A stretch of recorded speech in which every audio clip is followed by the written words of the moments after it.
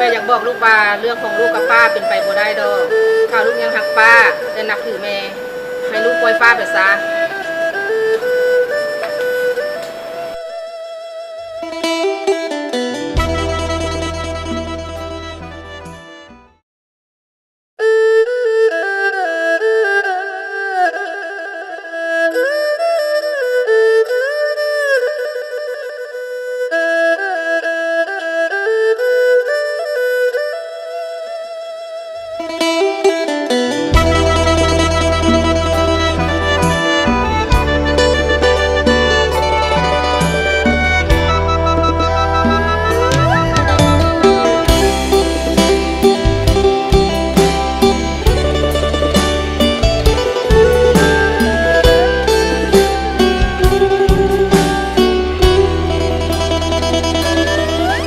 กลับมา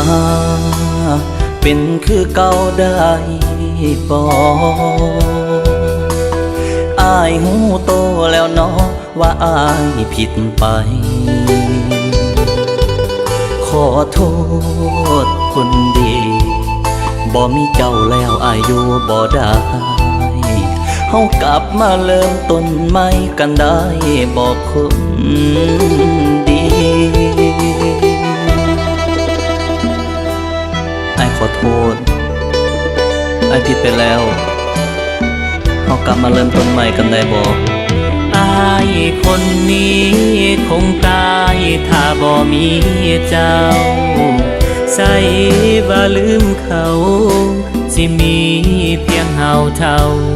นี้เจ้าเป็นของเก่าที่เขาทิ้งไปอายก็ยังหับได้พอฮักคนดีคันเจ้าเลือกเขามือนี้อายคงบ่มีชีวิตอยู่อีกต่อ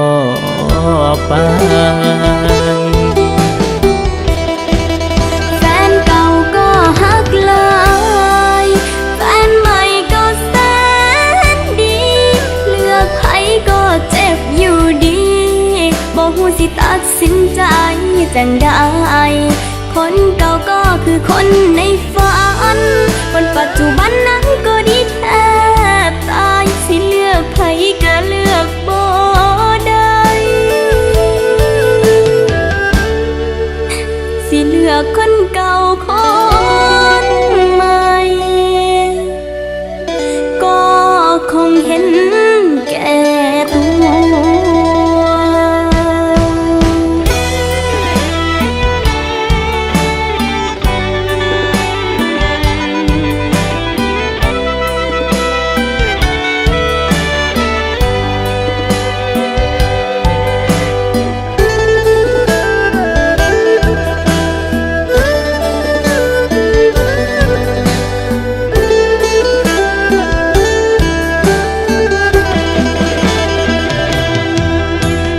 หั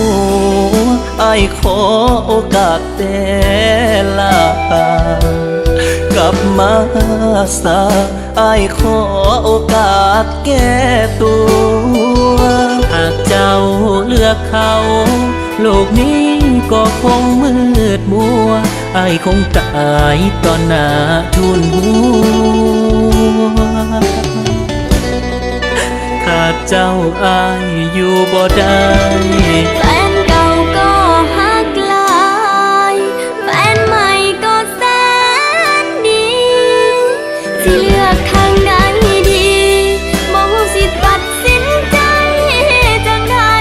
คนเก่าก็คือคนในฝันคนปัจจุบันนั้นก็สิเลือกใครก็เลือกบ่ได้สิเลือกคนเก่าคนใหม่ก็คงเห็นแก่